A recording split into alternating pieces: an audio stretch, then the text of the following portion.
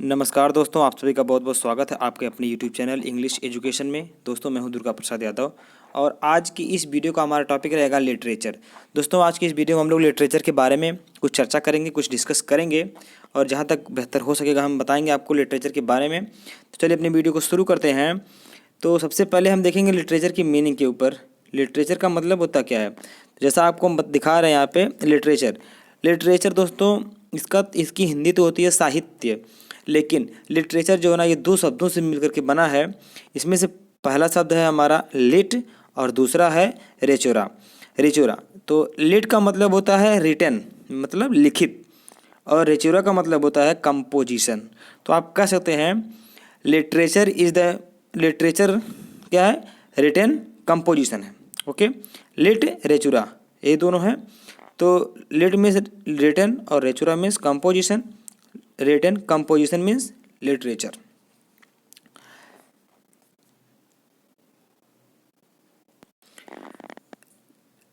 Literature is the written composition. दोस्तों ये है लिटरेचर। तो अब लिटरेचर के बारे में हम लोग कुछ आगे बढ़ते हैं। तो देखते हैं कि लिटरेचर को हम कितने भागों में डिवाइड कर सकते हैं। तो जैसा आप देख रहे हैं लिटरेचर को हम डिवाइड कर सकते हैं, डिवाइड किया गया लिटरेचर को 4 पार्ट में। मेनली हम यहाँ पे 2 हमको मिलेंगे। जैसा कि आप देख रहे हैं, पहला लिटरेचर में पोएट्री है, दूसरा ड्रामा है और तीसरा प्रोज है और चौथा फिक्शन है। ये 4 पार्ट में लिटरेचर को डिवाइड किया गया है। दोस्तों ये साहित्य की बात हो रही है, किसी एक लिटरेचर की बात नहीं हो रही, पूरे साहित्य की बात हो रही है, लिटरेचर के जगत की बात हो रही है। ठीक है, तो इसमें हम पोएट्री, ड्रामा, प्रोज और फिक्शन 4 भागों में इसको डिवाइड किया गया है। तो अब आप यहाँ पे देख पा रहे हैं जैसा कि ड्रामा को मर्ज कर दिया गया है पोएट्री में और फिक्शन को मर्ज कर दिया गया है प्रोज में। ड्रामा को मिला लिया गया पोएट्री में और फिक्शन को प्रोज में मर्ज कर दिया गया। तो इस तरह से अब हम क्या कह सकते हैं, अब हम बड़े आसानी से कह सकते हैं दोस्तों कि लिटरेचर जो है, लिटरेचर में अब केवल 2 ही बचेंगे। क्या क्या, इसको मर्ज कर, ड्रामा को मर्ज कर दिया पोएट्री में और फिक्शन को मर्ज कर दिया प्रोज में। तो अब क्या बचे, 2 ही बचे, पोएट्री और प्रोज। पोएट्री और प्रोज। तो अब हमें देखना क्या है, सबसे पहले आएगी पोएट्री की बात। तो हम पहले पोएट्री को देखेंगे। सबसे पहले पोएट्री की कुछ डेफिनेशन देखेंगे। डेफिनेशन तो आप लोग बहुत कुछ पढ़े होंगे, लंबी रहती हैं, लंबी बुक में, लेकिन यहाँ पे कुछ एक छोटी सी बहुत ही अच्छी डेफिनेशन हम आपको दे रहे हैं। देखिए, poetry best words in best order. मतलब क्या, इसका मतलब क्या है, best words in best order. दोस्तों इसका मतलब है उत्तम क्रम में सर्वोत्तम शब्द। Best words in best order, उत्तम क्रम में सर्वोत्तम शब्द। यह है डेफिनेशन दिए हैं कॉलराइज, सैमुअल टेलर कॉलराइज की यह डेफिनेशन है। तो दोस्तों आगे बढ़ते हैं हम लोग। जैसे कि बात कर रहे हैं पोएट्री के बारे में, तो पहले हम लोग पोएट्री के बारे में सब कुछ जानेंगे, तब आगे बात करेंगे प्रोज के बारे में। पहले हम लोग सब कुछ पोएट्री के बारे में देखते हैं। तो आपको दिख रहा है जैसा कि पोएट्री में देखिए 4 भाग हैं। पहला भाग आपका है सोनेट, दूसरा है इलेजी, तीसरा है ओड और चौथा है लिरिक। ये क्या है, ये पोएट्री के पार्ट हैं। पोएट्री को 4 भागों में डिवाइड किया गया है, सोनेट, इलेजी, ओड और लिरिक। दोस्तों इसके एक एक पार्ट के बारे में हम लोग डीप में एनालिसिस करेंगे, डीप में डिस्कस करेंगे। तो इसमें क्या क्या है देखिए। सोनेट, सबसे पहले हम लोग देखेंगे सोनेट के बारे में। देखते हैं सोनेट क्या है। सोनेट का मतलब वो देखिए, हम सोनेट को 2 तरह से आपको समझाने का प्रयास करेंगे, जो आपको ईजी लगेगा, आप उसको समझिएगा अपने वे में। देखिए सबसे पहला तो हमारा है the word sonnet is derived from the Greek word. सबसे पहला मतलब क्या कहने का, जो सोनेट है ना, जो सोनेट वर्ड है, ये वर्ड कैसा है, ये ग्रीक वर्ड है, ग्रीक वर्ड है। The word sonnet is derived from the Greek word sonetto. Sonetto जो शब्द है, ये सोनेटो शब्द से लिया हुआ क्या है, सोनेटो जो है ये ग्रीक वर्ड है और सोनेटो से ही लिया गया है, सोनेट बना है। ठीक है ना। सोनेटो की जो मीनिंग होती है, जो इसका मतलब होता है, वो होता है ए साउंड। दोस्तों सोनेटो ये ग्रीक वर्ड है जिसका मतलब होता है ए साउंड, एक ध्वनि, और सोनेटो से ही बना है सोनेट। चलिए इतना तो क्लियर है। अब कुछ आगे चलते हैं। सोनेट देखिए, एक वे में हमने बताया, इसको दूसरे में थोड़ा शॉर्ट में देखते हैं। Sonnet is a Sicilian dialect. Sonnet क्या है? सोनेट एक सिसिलियन डायलेक्ट है। यह जो सिसिलियन डायलेक्ट है यह दोस्तों बोली जाती थी हमारे यहाँ। एक कंट्री है सिसिली, जो कि बहुत छोटा है। हम समझते हैं कि 10,000 किलोमीटर में होगा, तो 10,000 वर्ग किलोमीटर में, 10,000 वर्ग किलोमीटर में होगा शायद, और उतना छोटा यह देश है। तो वहाँ पे यह डायलेक्ट बोली जाती थी, ठीक है ना। वहाँ की डायलेक्ट है। तो कहने का मतलब ये है कि ये सिसिलियन डायलेक्ट है। सिसिलियन का मतलब होता है सोनेटो, और डायलेक्ट का मतलब होता है लिटिल साउंड। चलिए इतना तो आपको क्लियर है कि एक ग्रीक वर्ड सोनेटो है, और सोनेटो का मतलब क्या होता है? सिसिलियन भी होता है, और डायलेक्ट का मतलब क्या होता है? लिटिल साउंड भी होता है। इतना आपको क्लियर होगा। चलिए थोड़ा आगे चलते हैं हम लोग। सोनेटो चलिए आगे है। चलिए आगे हम क्या है? आगे हमारा है 23rd BC। 23rd BC Giacomo da Lentini sang सोनेटो फर्स्ट टाइम। दोस्तों बहुत ही अच्छी बात है। अच्छी बात यह है कि ये जो 23rd BC सबसे पहले एक जिकोमो द लेंटिनी। पहले हम आपको बताते हैं दा का मतलब क्या है। यहाँ पे डी ए दा का मतलब होता है दोस्तों ऑफ। ऑफ का मतलब के। जो लिंटनी एक प्लेस का नाम है, तो लिंटनी करा के गियाकोमो ऑफ लिंटनी, लिंटनी के गियाकोमो। तो ये जो इनको हम पोएट तो नहीं कह सकते हैं, क्योंकि ये पोएट थे ही नहीं। ये जो गियाकोमो है यह एक स्कूप थे। स्कूप ये क्या होते हैं? स्कूप का मतलब होता है दोस्तों गवैया। क्या होता है? गवैया होता है स्कूप, SCOP। स्कूप का मतलब होता है गवैया। तो यह जो थे गियाकोमो द लेंटिनी, यह पहली बार सोनेटो को गाए थे। और एक गवैया का मतलब, जैसे हम गाँव में जो लोग गाते हैं, गीत गाते हैं, उनको हम कहते हैं गवैया। उनको हम किसी भी तरह से कवि तो नहीं कह सकते हैं, पोएट तो नहीं कह सकते हैं, लेकिन हम गवैया कहते हैं। तो वह यह उसी प्रकार के थे। सबसे पहले इन्होंने ही सोनेट को गाया था। चलिए आगे बढ़ते हैं थोड़ा सा। तो आगे हमें मिलेगा फॉर नियरली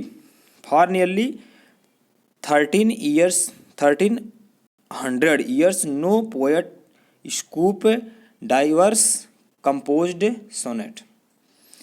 कहने का मतलब दोस्तों ये है कि उनके बाद, मतलब जियाकोमो के बाद कोई भी 1300 सालों तक कोई भी पोएट, ना ही कोई स्कूप। देखिए स्कूप और पोएट तो यहाँ पे लिखा गया है, तो कोई भी पोएट है ना तो कोई स्कूप, कोई भी सोनेट नहीं गाया, नहीं लिखा, ना कंपोज किया, कुछ नहीं किया। तो 1300 वर्षों तक सोनेट की बात ही वहीं पे ख़त्म रही। चलिए अब आगे बढ़ते हैं। अब आगे बात आती है 14th सेंचुरी की। 14th सेंचुरी में दोस्तों कुछ होता है, कुछ चेंजिंग आती है, कुछ एक तूफान सा आता है। तूफान तो नहीं कह सकते हैं, हम कहते हैं कि उस इसमें मतलब एक तरह से पुनर्जागरण रहना ऐसा। देखिए in 14th century Petrarch derived it in literary status. देखिए यहाँ पे सोनेट के बारे में कुछ थोड़ा सा अब चल रहा है, चर्चा हो रही है। 14th सेंचुरी में पेट्रार्क ने लिटरेरी स्टेटस पर कुछ क्या किया? डिराइव किया था। तो हम यहाँ पर क्या कहते हैं, इसीलिए हम यहाँ पर इनको, ये कौन थे? पेट्रार्क को हम कहते हैं फादर ऑफ सोनेट। ये आपको याद रखना है, आपके क्वेश्चन या क्वेश्चन आपके पेपर में बन सकता है। तो ये फादर ऑफ सोनेट कौन थे? पेट्रार्क थे। दोस्तों यहाँ पर थोड़ा सा माइंड करने की बात है कि इसके पहले, सबसे पहले तो सोनेट की बात तो ये किए नहीं पेट्रार्क। इनसे पहले एक और थे जिनका नाम यहाँ पे एक बार देखिए डिस्कस हुआ है, गियाकोमो द लेंटिनी। इन्होंने सबसे पहले सोनेट को गाया था। तो ये क्यों नहीं हुए फादर ऑफ सोनेट, और ये दूसरी बार गाए 1300 सालों के बाद? इनको फादर ऑफ सोनेट कहा गया। वह दोस्तों इसलिए है क्योंकि ये जो थे ना, ये केवल गाए थे। इनका कोई लिखित या कोई वैसा कलेक्शन या कंपोजिशन नहीं था जिसको हम कहते हैं अथेंटिक। लेकिन ये उसके बाद जब इन्होंने लिखा गाया सोनेट टू सोनेट, तो इनकी क्या है, राइम स्कीम भी मिलेगी आपको, और उसके कुछ पार्ट भी मिलेंगे। तो उसके बारे में आगे भी डिस्कस होगा। चलिए आइए उसको भी देखते हैं। उसीलिए इनको कहा जाता है पेट्रार्क को फादर ऑफ सोनेट। आप इस क्वेश्चन को याद रखेंगे, क्यों कहा जाता है इस पर ज़्यादा फोकस नहीं करना है, बस केवल में जानना है कि पेट्रार्क को फादर ऑफ सोनेट कहा जाता है। आगे बढ़ते हैं। पेट्रार्क। देखिए पेट्रार्क ने जब सोनेट की उत्पत्ति की, सोनेट के बारे में कुछ लिखा, सोनेट लिखा, तो उसी सोनेट को हम कहते हैं पेट्रार्कन सोनेट। और दोस्तों पेट्रार्कन सोनेट जो है, पेट्रार्कन सोनेट को हम इटालियन सोनेट भी कहते हैं। वह इसलिए कहा जाता है क्योंकि इटली के रहने वाले थे। तो इटालियन सोनेट कहें आप, चाहे पेट्रार्कन सोनेट कहें, दोनों बात एक ही है। तो इटालियन सोनेट कहें या पेट्रार्कन सोनेट कहें, देखिए पेट्रार्क ने सोनेट को दो भागों में डिवाइड किया था, ऑक्टेव, ऑक्टेव और सेस्टेट। ऑक्टेव का मतलब होता है 8 लाइन। ऑक्टेव मतलब 8 लाइन, जो स्टार्ट की 8 लाइन होती हैं उसमें एक प्रॉब्लम क्रिएट होती है, एक प्रॉब्लम रेज्ड होती है, मतलब कोई समस्या, 8 लाइनों में कोई समस्या को बताया जाता है और लास्ट की 6 बाद की 6 लाइनों में उसी समस्या को सॉल्व किया जाता है। और अगर हम इसकी राइम स्कीम की बात करें तो ABBA CDE यह जो है राइम स्कीम है पेट्रार्कन सोनेट की।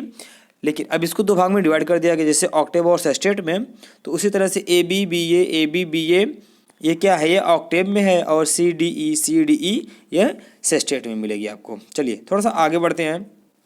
तो आगे हमें मिलेगा Petrarch composed 314 sonnet plus 52 songs. दोस्तों पेट्रार्क ने 314 सोनेट कंपोज किए और 52 सॉन्ग्स कंपोज किए थे। एंड आगे बढ़ते हैं, एंड 366 पोएम्स और 666 कविताएं भी कंपोज की थी। तो दोस्तों देखिए थोड़ा सा हम पहले सोनेट और सॉन्ग्स के बारे में चर्चा कर लेते हैं। इन्होंने ड्रा कहाँ किया था। ड्रा की बात आती है तो इनको ड्रा किए थे, देखिए ड्रा इन ए बुक कंजोनिये। देखिए कंजोनिये नामक एक किताब लिखी इन्होंने। कौन लिखा था? पेट्रार्क ने। दोस्तों यह भी क्वेश्चन आपके लिए बहुत ही इम्पॉर्टेंट है कि ये जो पेट्रार्क ने 314 सोनेट लिखे, 52 सॉन्ग्स लिखे एंड 366 पोएम्स लिखे, इन सबको उन्होंने ड्रा कहाँ किया था? तो उस जहाँ पे ड्रा किए थे उस बुक का नाम है दोस्तों कंजोनिये। और कंजोनिये एक ऐसी बुक का नाम है ना जिसको हम कहते हैं प्रेम गीतों की भेंट। इसमें प्रेम गीत ही रहती हैं, प्रेम गीतों का यह एक भेंट होता है, इसी को कहा जाता है कंजोनिये लिखे हैं, कंपोज किए हैं पेट्रार्क। चलिए आगे बढ़ते हैं थोड़ा सा। तो आगे जब हम बढ़ रहे हैं यहाँ पे हमें मिलेगा देखने को मिल रहा है कि 366 पोएम लिखे हैं और 366 को पोएम को दोस्तों दो भागों में डिवाइड कर दिया गया। एक भाग में 263 हैं और एक भाग में 103 हैं। तो 263 पहले भाग में है, उसको हम वहाँ पे जानते हैं राइम इन वीटा लौरा। राइम इन वीटा लौरा उसको जानेंगे। और जो दूसरा हमारा है राइम इन मोर्टी लौरा। राइम इन मोर्टी लौरा में 103 पोएम है और राइम इन वीटा लौरा में 263 पोएम है। दोस्तों इतना था ये इनके बारे में। थोड़ा आगे भी बढ़ते हैं। देखिए आगे हमें क्या मिल रहा है, आगे अब है कि पेट्रार्क डेडिकेटेड। देखिए उस समय जो भी लोग लिखते थे, जो भी लोग बात करते थे सोनेट की, या अगर हम ही लोग बात करें सोनेट की, तो जो भी कोई सोनेट लिखा, कंपोज किया, तो हर जो है उन लोगों ने अपने बिलव्ड को डेडिकेट किया। ठीक है ना। यहाँ पे कोई ऐसी कस्टम तो नहीं हम कह सकते, कस्टम थी ही नहीं, लेकिन दोनों लोगों ने डेडिकेट किया था। तो वो लोग कौन थे आइए देखते हैं। Petrarch dedicated Canzoniere. अगर आपके पेपर में पूछता है कि कंजोनिये कौन लिखा है तो पेट्रार्क लिखे हैं। और कंजोनिये जो लिखे थे कंजोनिये वो किसको वो डेडिकेट किए हैं? तो डेडिकेट किए हैं अपने बिलव्ड लौरा डी नोवी को। लौरा डी नोवी। दोस्तों अभी हमने बताया आपको, वहाँ पे था डी एडा, वहाँ पे उसका मतलब क्या था देख लेते हैं, एक बार फिर से आपको दिखा देते हैं। देखिए यहाँ पे हमने लिखा था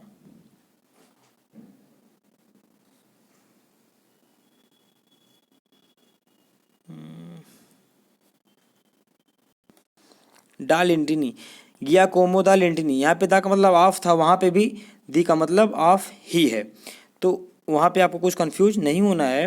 देखिए यहाँ पे लिखा लौरा डी नोवी। नोवी एक प्लेस का नाम है, डी ऑफ है और लौरा मतलब लौरा उसका नाम था। तो नोवी की लौरा ही नाम था उनका। वो कौन थी? वो है पेट्रार्क की प्रेमिका थी, बिलव्ड थी। तो पेट्रार्क ने अपने इस कंजोनिये नामक जो ये पुस्तक थी उनकी दोस्तों यहाँ पे भी आपके लिए एक इम्पॉर्टेंट क्वेश्चन बनने वाला है। देखिए क्या है यहाँ पे, देखते हैं। ये आपके लिए बहुत ही इंपॉर्टेंट रहेगा। Foundation head of Italian literature. अगर क्वेश्चन पूछता है कि who was the foundation head of Italian literature, Italian literature का के फाउंडेशन हेड कौन कौन लोग हैं, तो पेट्रार्क हैं, दांते हैं और बोकासियो हैं। पेट्रार्क, दांते और बोकासियो को क्या कहा जाता है, Italian literature foundation of head. चलिए आगे चलते हैं। तो दोस्तों आगे है, अब देखिए यहाँ तक तो पेट्रार्क की बात थी और पेट्रार्क अब यहीं तक ख़त्म है। पेट्रार्क के बारे में और भी बातें हैं। पेट्रार्क ने जैसे एस्ट्राफेल एंड स्टेला लिखा है, तो हम लोग उसके बारे में भी आगे बात करेंगे, तो उसके लिए आपको थोड़ा वेट करना पड़ेगा। चलिए हम लोग अभी बात कर रहे हैं सनेट की, तो सनेट के बारे में पूरा चर्चा करेंगे अच्छे से। तो आगे हमारा है दांते। दांते के बारे में देखते हैं अब। Dante composed 37 to 41 sonnet, dedicated them to his beloved Beatrice, जिसको हम शॉर्ट में कह सकते हैं 22। अगर ये फुल नेम की बात की जाए इनके, तो इनका फुल नेम था बेट्रिस पॉलिनरी, बेट्रिस पॉटिनरी। तो अगर हम इनको शॉर्ट में कहेंगे 22, ठीक है ना। जो भी आपके पेपर में आएगा दोनों से 22 चाहे बेट्रिस पॉटिनरी, दोनों से काम चला लेंगे आप। चलिए आगे चलते हैं।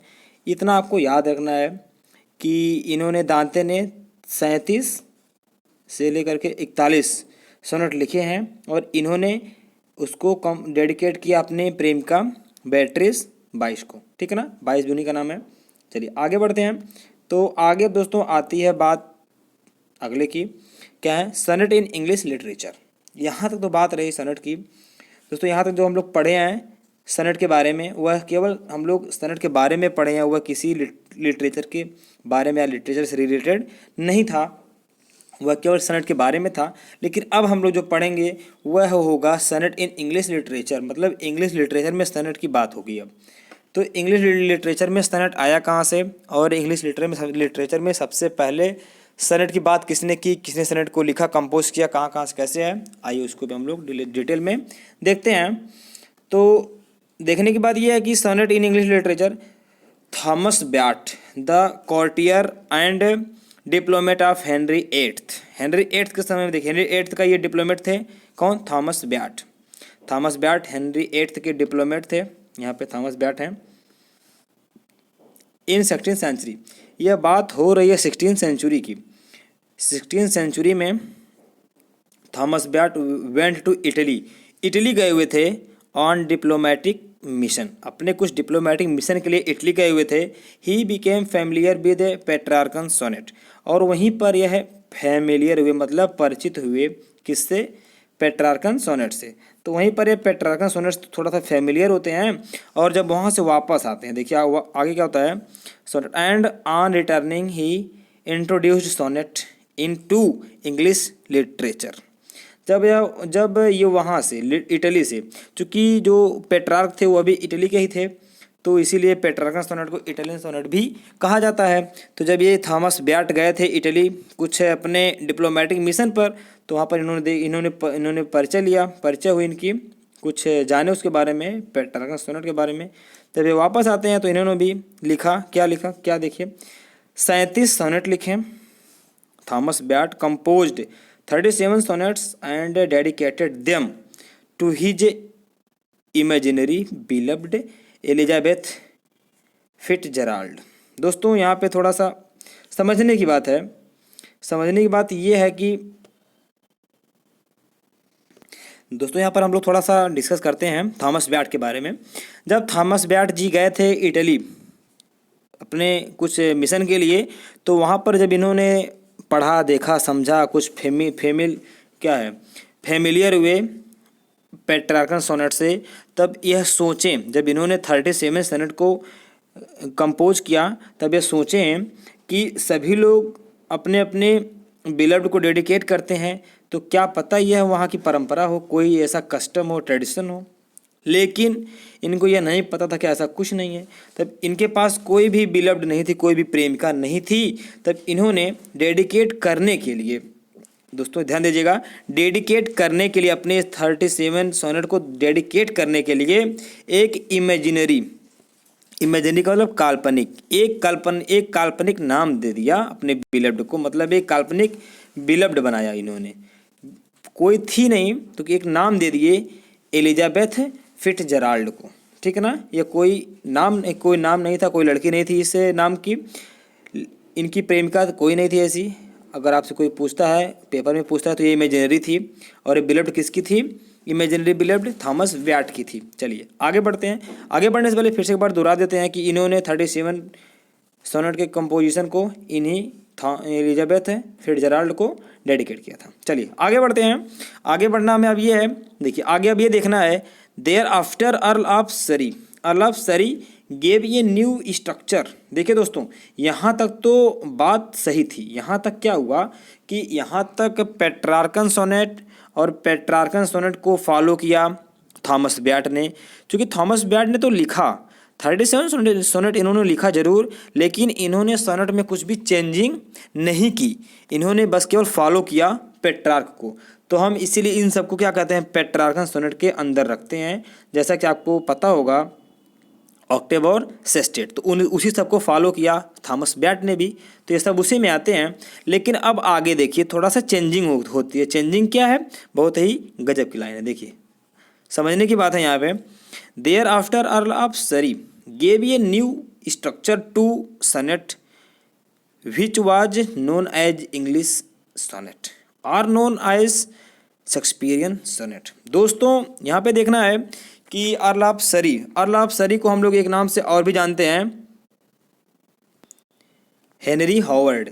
तो आपको याद रखना है, यहाँ पे हमने लिखा नहीं है, लेकिन आपको याद रखना है कि अर्ल ऑफ सरी बोलेगा चाहे तो हेनरी हॉवर्ड बोलेगा, दोनों का मतलब एक ही है, हेनरी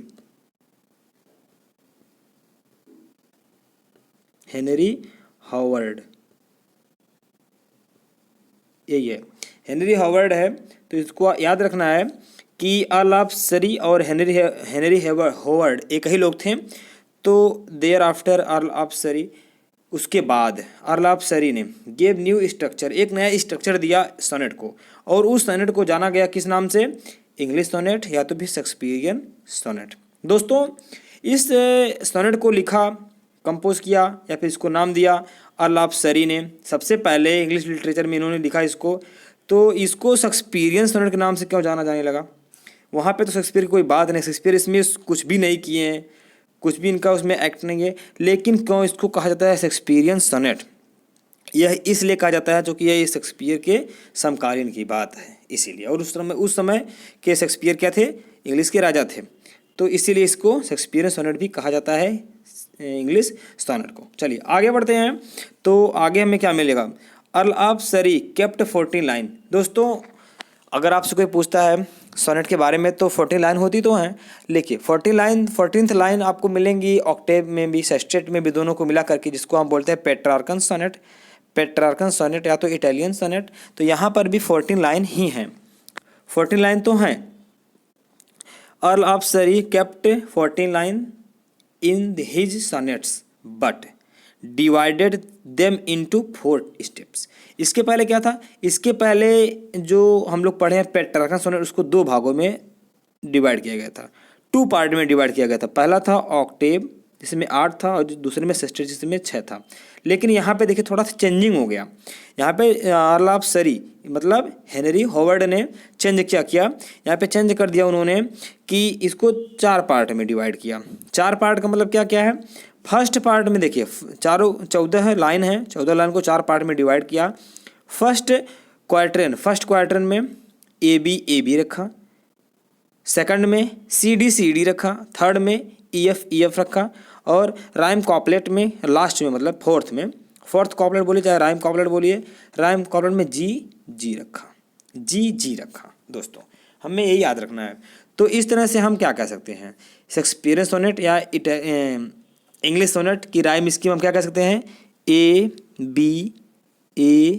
बी सी डी और फिर ई एफ और लास्ट में क्या है जी जी। ये हमारी क्या है, यह इंग्लिश सोनेट की राइम स्कीम है।